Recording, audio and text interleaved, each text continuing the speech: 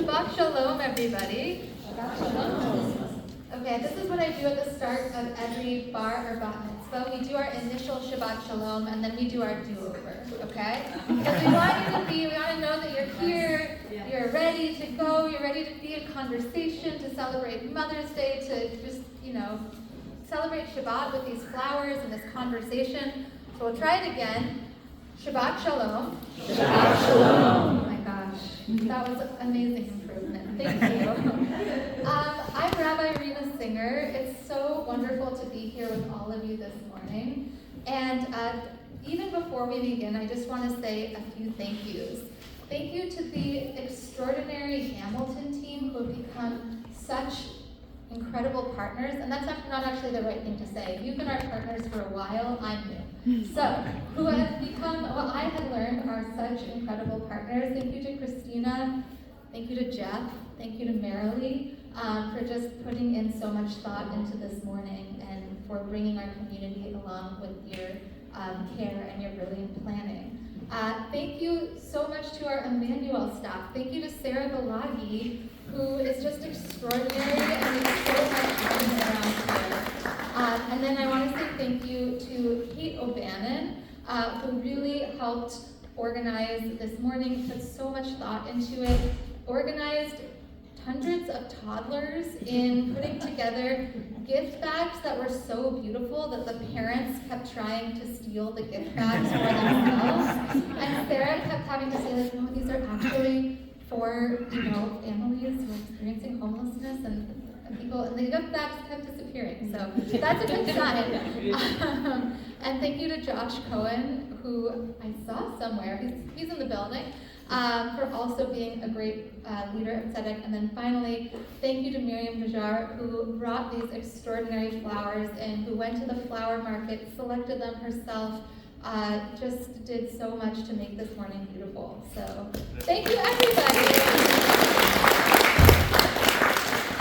I am going to introduce our wonderful panel this morning. But before I do so, I just want to say, sometimes there's a question in Jewish spaces about whether we should or shouldn't do programming on Shabbat, if things should happen on Shabbat, aside from services and Torah study.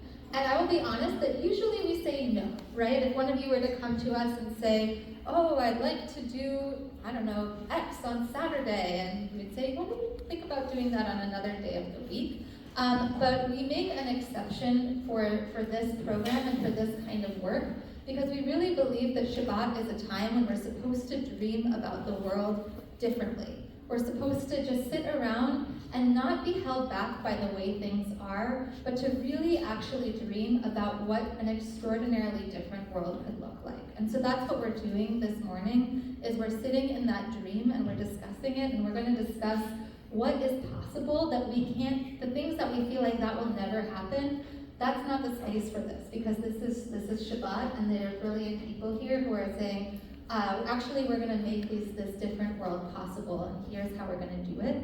And then we're going to do it with beauty and with dignity. That it's not just about providing people with the basic needs, but providing them with the things that make our lives joyful and beautiful and sweet smelling, like flowers, and like feeling celebrated on days like Mother's Day. So thank you for being here, and Shabbat Shalom. Okay, I get to introduce Kirill and Ryan. Thank you so much for just being extraordinary leaders in this space. Kirill Noon is the CEO of Hamilton Families, the leading nonprofit service provider to families experiencing homelessness in the San Francisco Bay Area. Kirill joined Hamilton Families as the CEO in October 2020, which I imagine must have been a challenging time.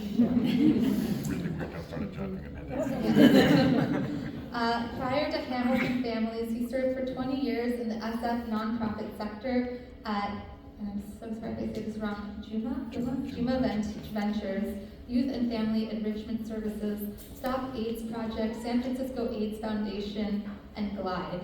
And as Chief Impact Officer at GLIDE, he oversaw the organization's programs, church, Center for Social Justice, data strategy, and evaluation teams. And originally from New York, Noon attended Vassar College and Harvard University. And then I am also joined by the incredible Ryan Finnegan, who's the Deputy Director of Research for the Turner Center for Housing Innovation, helping design and execute the center's research agenda. His research is focused on homelessness in California and poverty and social policy, both in the United States overall and internationally. And prior to joining the Turner Center, Ryan was an associate professor of sociology at the University of California, Davis. Ryan has a PhD and master's in sociology from Duke, bachelor's in sociology, and a BS in mathematics from Indiana University. So you cannot question everything has been learned and earned.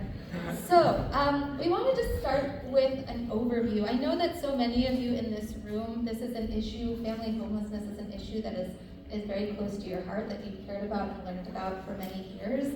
And we just want to know, for those of us who are newer to this issue, can you give us an overview? Where are things standing? What do we need to know in San Francisco? What is the current state of family homelessness?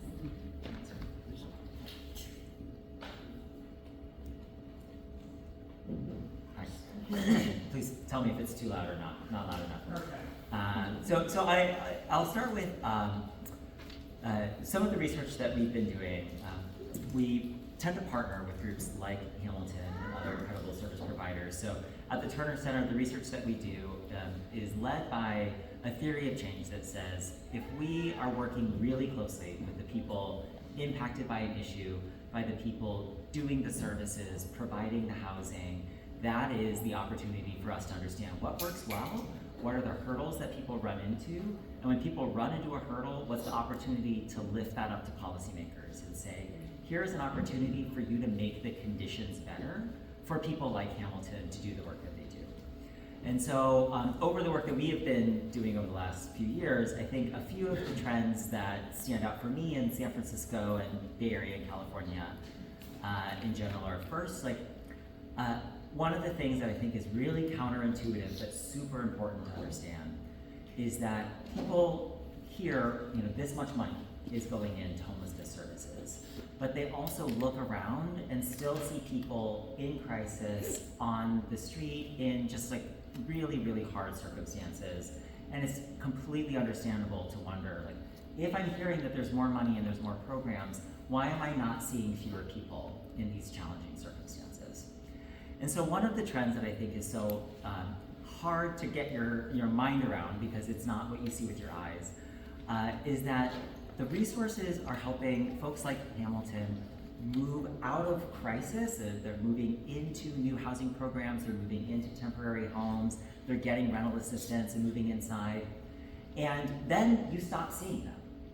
And then what you do see are the people who were hanging on by their fingernails, who were living month to month, paycheck to paycheck, and were just falling behind a little bit more on their rent. And then those are the folks who now live outside after Hamilton helps a family move back inside. And so what's really hard to kind of intuitively wrap our minds around is there's a lot of resources, there's a lot of work happening, and there's a lot of success. But the success is often invisible, and the challenge is often extremely visible.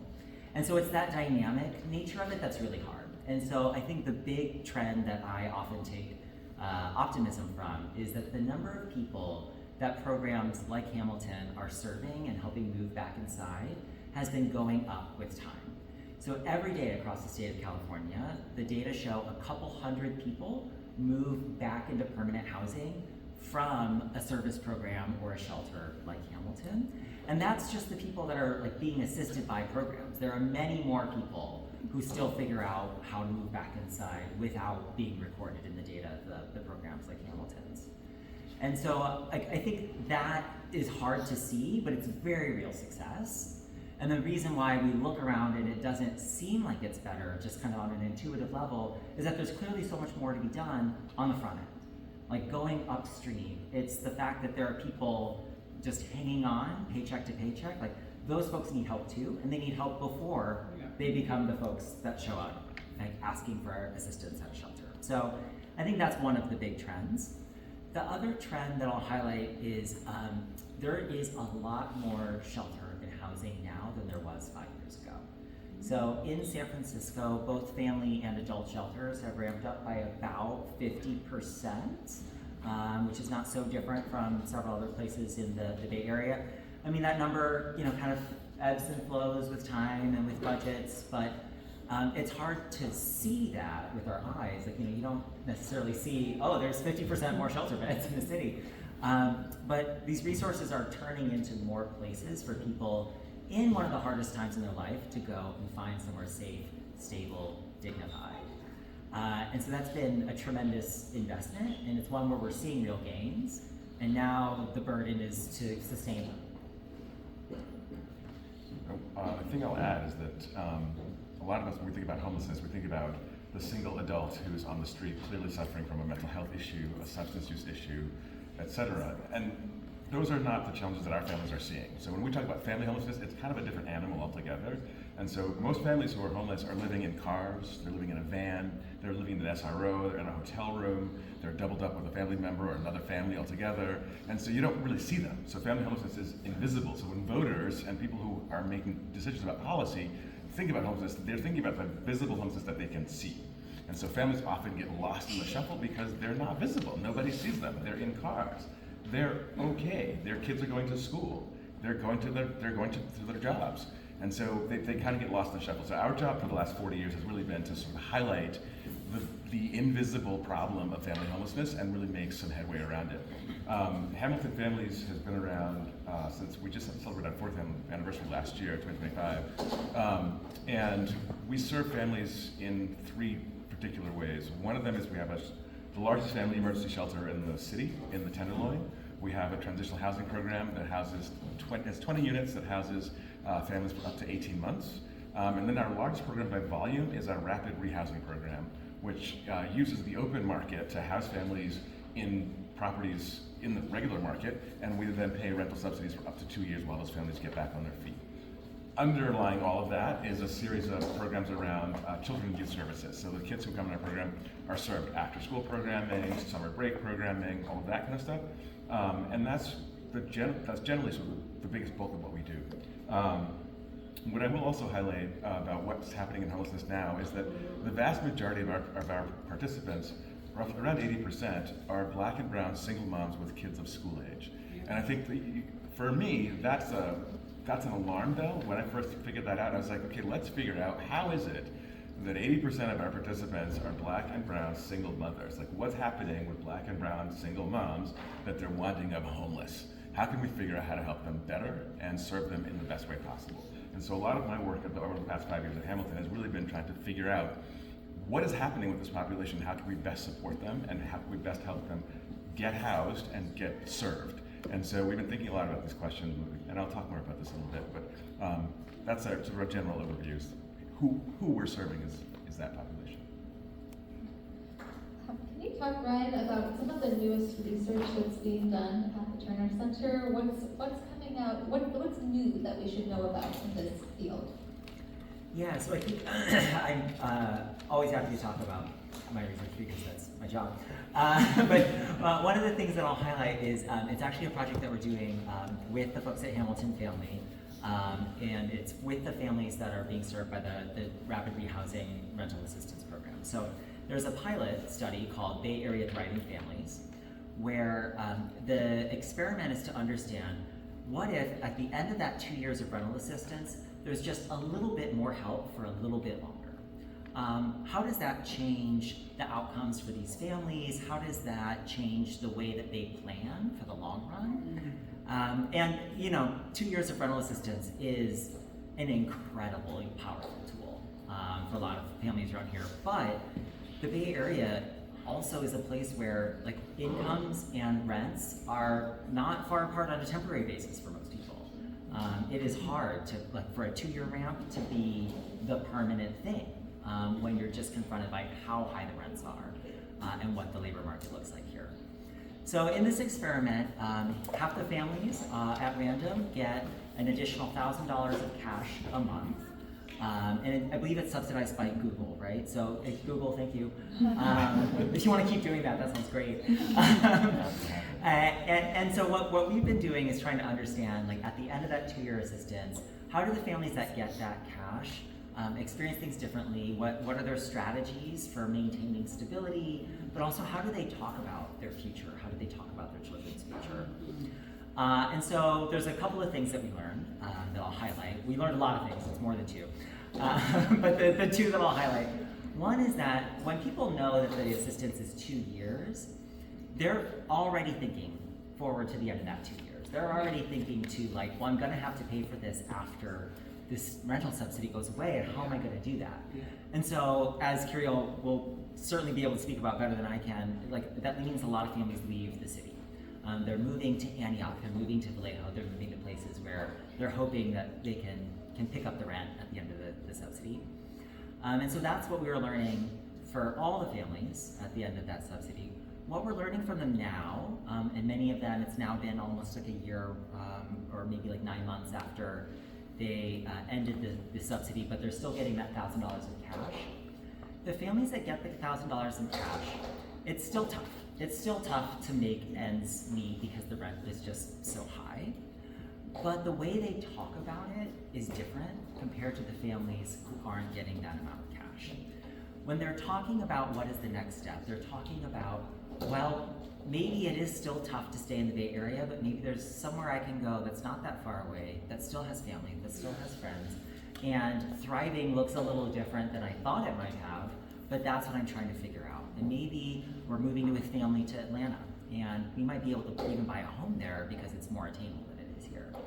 Versus the families without the cash are really worried about showing up at the shelter tomorrow. Like they're really, really worried. And it's not like in this rental market, $1,000 a month is so much money in this rental market. But I think it just shows that a little bit more assistance can actually go a long way. It can go a long way not just in how people are going through their day-to-day and trying to make ends meet, but it can go a long way in terms of how people are really thinking about what stability and thriving looks like for them and the resources that they feel like they have to draw on to make that possible. And so a little help is sometimes a lot more impactful in ways that are sometimes hard to measure in research. So I think that's one big thing. I'll stop there because I'm sure you probably have a lot of thoughts about that too. I do have some thoughts. I mean, I think one of the things that we've been talking about a lot of the last year or so is that for 40 years we've worked to end homelessness for families by placing families in housing. And that's the end point for us usually. What we're discovering is that, to Brian's point, is that housing a family is not the end point. It should be the beginning of where we start with the family. Because once they get housed, they have to stay housed, right? Even with assistance, even with a rental subsidy, even with $1,000 a month in addition, they still have to stay housed for the rest of their family's lives. And so what we're seeing is that our focus has to change from homelessness to poverty. Because for our families, the big problem is not homelessness. It's poverty is the real problem. Our families are not making enough money to pay their rent and pay their medical bills and feed their children and pay their car note and buy gas, especially nowadays. Right, I mean, so this is the issue. And so what we're doing as an organization is sort of pivoting towards working towards ending homelessness by ending our family's poverty. Because that's really the root cause, and we want to get to the root cause. And so, that $1,000 a month is one way to help. I mean, it does help for the families who, are working with a very, very limited budget. $1,000 could really change your whole year, right?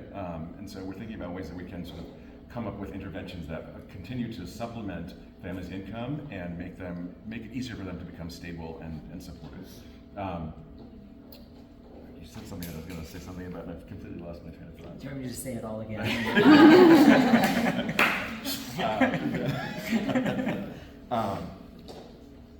It'll come back. I do have a follow-up question there, and this might sound silly or sad, but the Bay Area is so expensive, and there's so much I imagine working against families who are trying to get out of poverty, not just cost of housing, but cost of living, the job market being fluctuating so much. So I'm wondering, do you see people really moving out of poverty?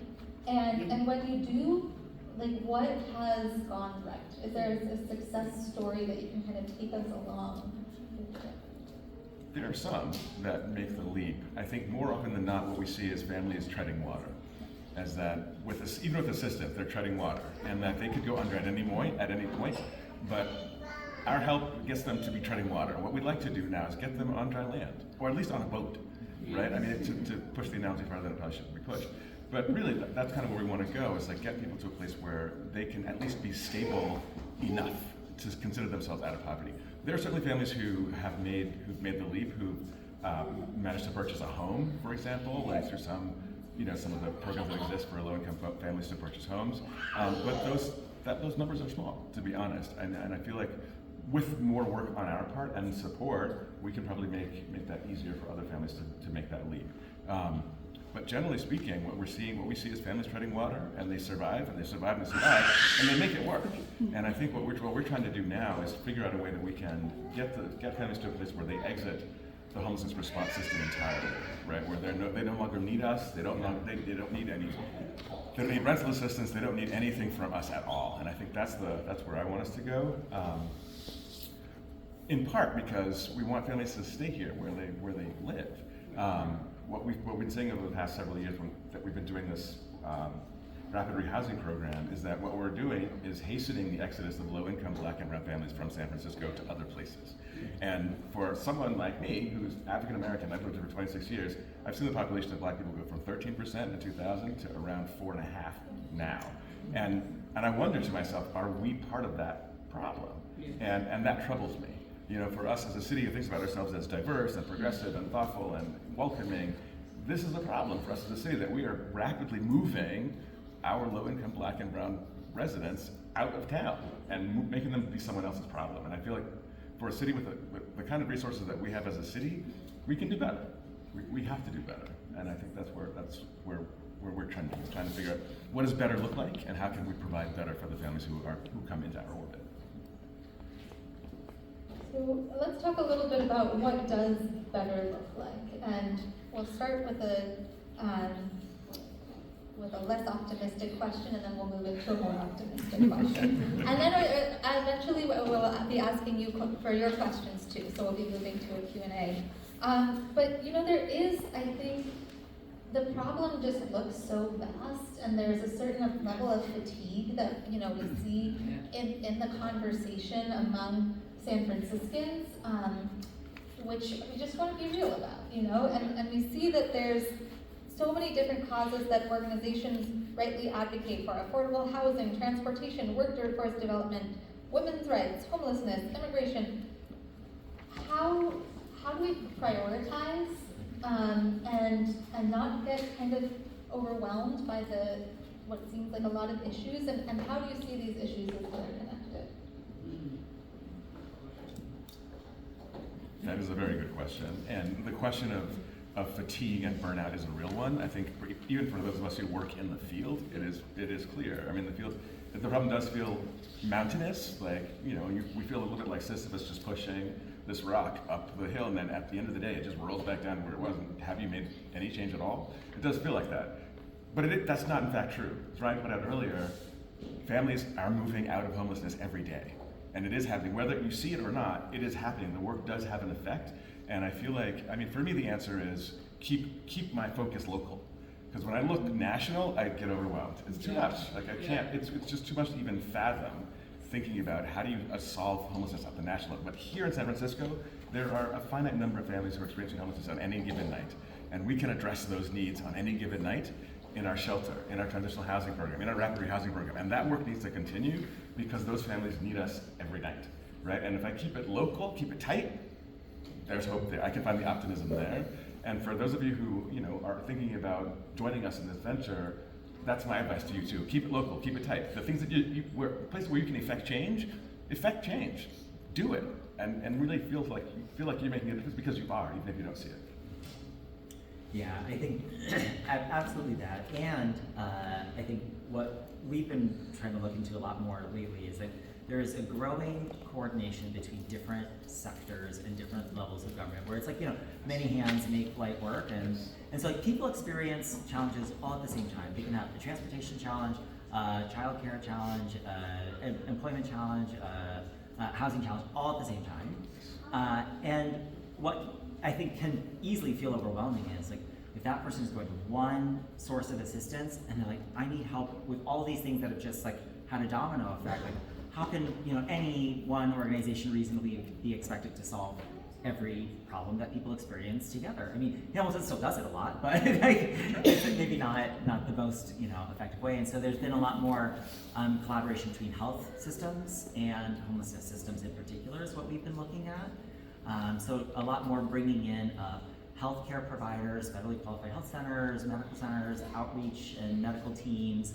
working with homelessness service providers, where the housing is like the foundation of it. Like when people have a safe, stable, affordable, dignified home, that's when the other services can all come to bear on it. And so I think there's maybe like two little catchphrases that I remember from colleagues of mine. One is like there's no medicine as powerful as housing. So once people have that housing unit, that's when the other things can really make a difference.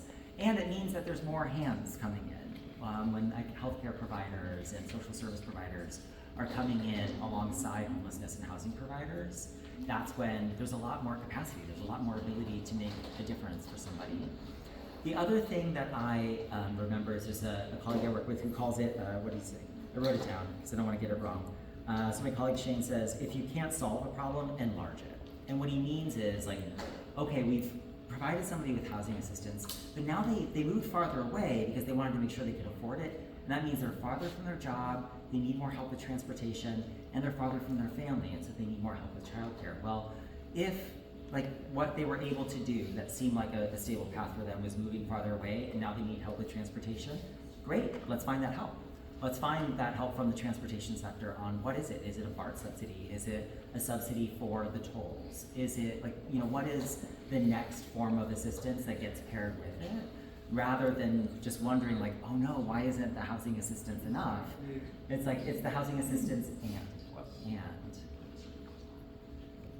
Yeah, we're seeing this too. I think part of, it's not just organic, it's also structural. We're seeing in Mayor Rhodes' administration is pushing this connection between housing and homelessness providers and the health department, like pushing that to make those connections, because when families need something, they often need more than one thing. And we see this, in multiple ways. So we connect ourselves with other organizations, we make referrals, we try to do warm handoffs, we try to do all of these things, but ultimately it works better when it's supported by the system that pays for all of it, which is the city, right? And so when the city is sort of coordinating it that way, the outcomes are better. So I think that's part of the solution. Yeah, sorry, just one more thing, sorry. You have questions that you want us to get through, but we can't stop. The one last thing that comes to mind. So like, a little on like a personal side. So my mom lived outside for most of my life, for about 25 years. She finally moved inside a couple years ago. She's in a beautiful care home. She's doing very well. We're all very happy. But like one of the big challenges of it was this integration of like health and housing and homelessness systems. Like they work in different ways, they speak different languages, they know how to access different things. And in her particular instance, it was after like a big stroke, she was like disabled enough for the healthcare system to really take the reins. But for a long time, she was right on that cusp of needing more care than what homelessness service providers have the resources to do, but also not necessarily having like such a high priority set of needs that the healthcare system, like that she rose to the top of the priority list for that. And so like for the really high touch care facilities, it's nurse case managers that know how to navigate to those, not the usual social workers who are in homelessness services, but then also on the reverse side, like the nurse case managers, they know how to navigate care homes and skilled nursing facilities. They don't know how to operate housing programs. And so it was that in-between space that was like just the most challenging. And when you think about it, most people are like not so far from the in-between space if they're not right in the middle of it. And so it's exactly that. It's like it can't be up to an individual organization to say, we've got to crack the nut of healthcare systems and homelessness systems talking to each other better. And it can't be up to like a hospital either. Like they don't have the resources to fix the system problem. And so it's when you get the policymakers, the system leaders, the mayors, like really pushing it, like that's what it takes to kind of just turn everything into a language that's more universal. Yeah. I mean, one of the things that we were talking about is, people have talked about how the Department of Homelessness and Supportive Housing, is not solving the problem. Well, the problem is big. Homelessness is a really dense, intricate constellation of smaller problems, right? And so how do you solve for racism? How do you solve for misogyny? How do you solve for income inequity? How do you solve, like, as a city department? Like, you need a lot more than one department to solve for those problems, and I feel like that's where the innovation has to happen. And I think one of the things that we've been doing this past year is doing some strategic planning. And in our strategic planning, we decided that if we were serious about ending family homelessness, we had to be serious about ending family poverty. And what does that look like? How do we get to that place where we can end family poverty? And we've come to a series of interventions that we think will actually do it. And so we've been ramping up. We're going to start ramping up to get to the place where we can test them and see how well they work. One of them is to place families in opportunity neighborhoods. And opportunity neighborhoods, if you know the research out of Professor Raj Chetty, he does this work on opportunity neighborhoods at Harvard, have identified neighborhoods across the country where if you place a low-income family in that neighborhood, the outcomes for the children are automatically better. The younger the child and the longer they stay in that neighborhood, the better the outcome for that child, without doing anything else. Change their zip code, and you change the outcome for that family or those children. So for starters, our real estate team has been placing families in opportunity neighborhoods. Even without anything else, we placed roughly half of the families that we placed that we housed this past year were placed in opportunity neighborhoods here in San Francisco. And so we're trying to make some headway there. When the program is fully built out, we hope to add intensive master's level case management to that equation, and also to extend the subsidy from 2 years to 5 years. Because 2 years is not long enough for a family that's dealing with generational poverty, generational trauma, long-term systemic issues. People are just not, that 2 years is a flash in the pan. 5 years is probably just enough of a runway to get families to a place where they can actually be stable and exit poverty. And during that 5 years, we want to work with them around intensive case management. We want to provide $1,000 a month, what I was talking about earlier, for a year to help them sort of ease the gap between the end of the rental subsidy and them taking on their rent on their own. We're also thinking that we'd like to add a couple of other things. Which of course are going out of my head as I'm talking about it. Oh, right. The biggest shift actually is philosophical, really, is about, for 40 years, we've thought that the primary recipient of our services should be the parent in the family, or the parents in the family. What really needs to shift is that we want the youngest child in the family to be the primary recipient, because you're asking a series of very, very different questions at that point. Like, all of a sudden, you're not asking, how can you pay your rent? How can you do it? What kind of job do you need to pay your rent? How can you do those things? You're asking, where do you want your kid to go to college? Yeah.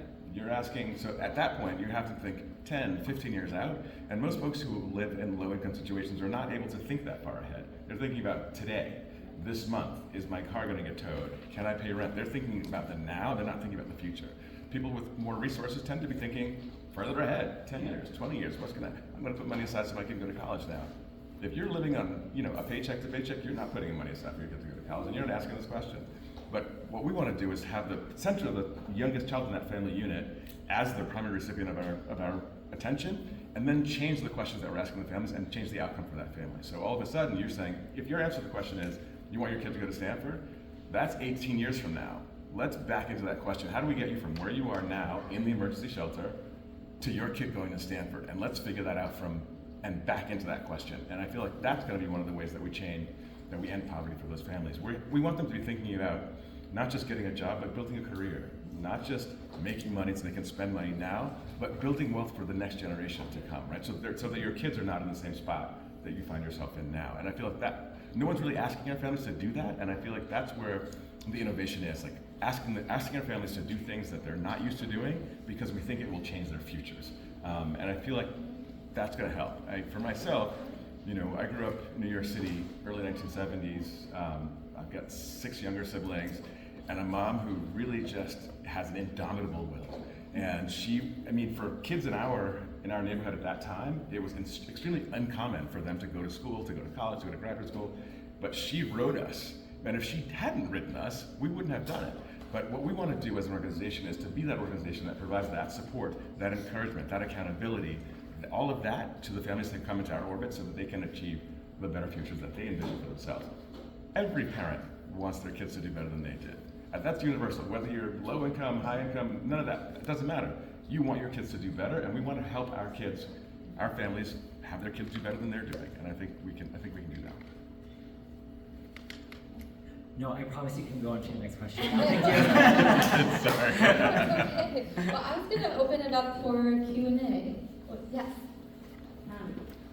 I'm not Shout sure out, exactly yeah. how to phrase this, but I used to work with a lot of single moms experiencing domestic violence, and I was wondering, like, how does I guess the homelessness and domestic violence come together? Because what I saw a lot was that when it got to the point where they were ready to leave, is when it seems like they're at risk of so many things, but homelessness being a big one.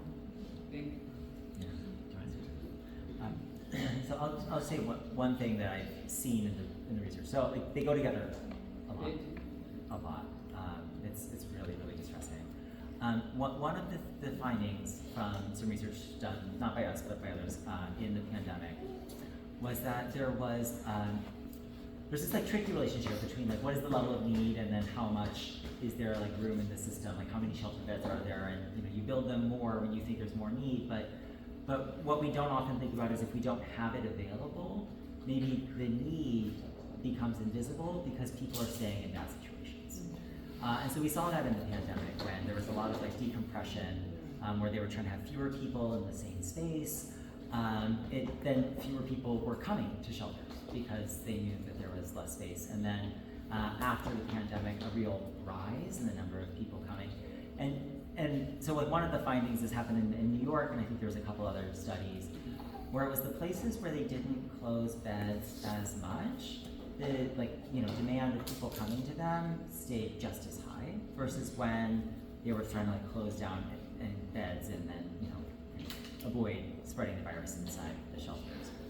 And like the way that I interpreted that was like there is a need out there that if you maintain the ability to serve families so that they don't have to stay in a bad situation, then people will use it and it will be better for them. But that means that you can't just decide what should the number of beds that we have be based on like whatever the trends are in the data, because the need is greater than that. It's greater than what we see in the data. There are people who they know that the shelter wait lists are long, they know it's hard to get a spot. And so the shelter capacity needs to be higher, not just for the people that are showing up saying, I need help. It needs to be higher for the people who aren't even leaving a bad situation in the first place. They need to know that there is a place that they can go. And so that's just one finding. Yeah, domestic violence is very much a driver of family homelessness, without a doubt. And we discovered this to our chagrin during COVID especially. We found that because people were sheltering in place and there were no safety valves. There were no, people were just stuck together fighting, and this was not a good thing. And so we tried to figure out how do we connect to the domestic violence. There's a whole parallel system of shelters for domestic violence and survivors of domestic violence. And so we try to figure out how do we connect better with those systems and better serve families who come to us out of a domestic violence situation. And so we're working on it, but that parallel system does in fact exist. Yeah. Does Hamilton partner with JVS at all, Jewish Vocational Service? We have, yes. Yes. Seems like there might be good fits once somebody gets closer to stability. Yeah, I mean, one of the things that we've discovered in our programming is that the families who do best out of our programs are the families who increase their income the most while they're in program, right? And so our emphasis on workforce development is huge. We really want to make sure that our families are finding better jobs and making more money, because at the end of the day, that really is the thing that's going to change the outcomes for the families. We can do a lot of social emotional work, and we do a lot of working with their case manager on other issues, but really at bedrock, it's an economic issue. Poverty is the issue. Yeah. I'm just curious, the communities that you said where people have the best outcomes, what defines that? Or what is it? Opportunity. Opportunity neighborhoods, yeah. Opportunity. It's a long. Oh yeah, I'll do that. There's a lot of criteria that I would bundle if I tried to enumerate them all. Yeah, it's like a whole composite of a variety of things about school test scores. It's about environmental factors like environmental quality. It's about health scores. Grocery stores. But then it's also in the studies that what they do is they look at the connection between how many kids from the low income families like in the 80s, let's say, now have incomes that put them like well above that bottom group. So it's a whole thing. I went to coffee with Ross Chetty one time. It was a great conversation, but I left it thinking like, what? Wait, what was it again? I was like, it sounded so good in the moment, and then I left it. I was like, I'll just read the paper. Sorry. Watch the TED Talk. There's a bunch of really good TED Talks that he does on YouTube, Raj Chetty, that are really will clearly like show you exactly what the research shows and how. They're really illuminating. Somebody has a question. Yeah. I was wondering if there's any organization that takes care of mental health for this kind, especially the kids who go through violence at home. Are there any partners you have?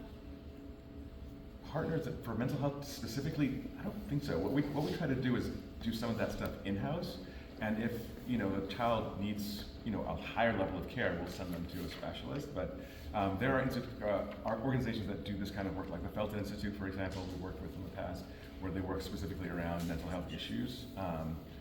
But yeah, I mean, when we see kids who come to us with a lot of trauma, for sure, and the case managers try to do their best to help them work through the trauma, and then funnel them to someone who is better suited to help them professionally than we can. I assume that mental health is directly related to poverty as well. So There's some strong connections there for sure. Yeah. Just want to say thank you to both of you, all of you, for your incredible work.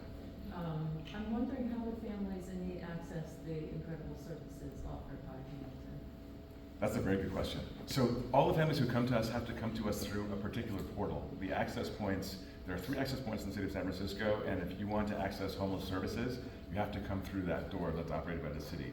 This is a federal mandate from HUD, and they stepped them up 7, 8 years ago, maybe more. Yeah, it depends on the place, but yeah. So it used to be that someone who was experiencing homelessness could just show up at our door and say, help me, and we could help them. That is no longer the case. We have to take them to the access point where they conduct an intake. The city determines what level of service that they're eligible for, and they funnel them to that service. That service may be us, it may not be us. It may be another shelter, it may be transitional housing, it may be permanent supportive housing, it may be what they call problem solving, which is essentially the family trying to figure out if they have anyone in their own sort of network to help them move out of homelessness or whatever that situation is. And sometimes they use resources to like move the family back to wherever they came from. So you may go to problem solving, they say, oh, you have family in Idaho? Do you want to go back to Idaho? They'll buy the bus tickets to send them back to Idaho. So problem solving does that. But so we no longer have access to the populations directly. They have to come to us secondhand from the city. Yeah, and these systems, like they're partly so complicated. I think one, because like there is, I think, a very well-intentioned need to make access and services more equitable. Like if somebody is in more crisis than like somebody who's maybe better able to get to Hamilton, it takes them longer to get to Hamilton. Hamilton is then full because they had more that they were dealing with. Like I think these systems are meant to improve the equity at which people are able to find and access the services they need. The other thing though, like that makes these systems so hard is that they're a method for rationing scarce resources. Yes. Like there's only so many beds, there's only so many case managers. And so when there are problems with these systems, and like they're incredibly complicated both for the people providing services and for the people trying to use them, a big part of that underlying like challenge of getting them to work well is that there just isn't enough of what everybody needs. And so like that's part of what makes it hard. Like people are like, oh, why doesn't the system just work a little better? Why is it so complicated? And it's like if there was just more of what we needed, then you wouldn't have to have a system like that in the first place. Or maybe not one that's quite so complicated.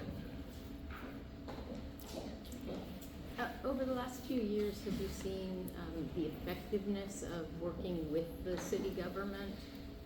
Is it more effective now? Is it less effective? Are you on a good trajectory? I mean, it's almost impossible to do the work without working with the city. I mean, honestly, 60% of our budget comes from the city. So, I mean, we have to work with the city, and we are lucky to have a really strong working relationship with the department. And so, yes, we need them and they need us, right? I mean, the city can't do the work on their own. They need organizations like us to help do the work on the ground. We're closer to the problem. We know the populations better. We know the solutions better in the neighborhoods, and so it's symbiotic, the partnership, and so you can't really have one without the other. The question of effectiveness is, I don't know, that's up to each person to decide. Like, from my perspective, I think the systems are better than they ever have been. They're much more coordinated, they're much better resourced, there's much more research underneath them, there's much more thought and partnership between city departments and nonprofit organizations. So yes, I think it's better. Is it perfect? No, not by a long shot. Not by a long shot, but I think it has gotten better over time. And I think it will continue to get better over time, even though, you know, resources are constrained, particularly now, you know, with the big city deficit in the budget.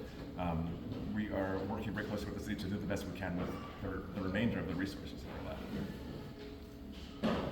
So I'm going to close us out with a final question and a thank you. So one is that I realized I didn't thank Dale, who has done so much in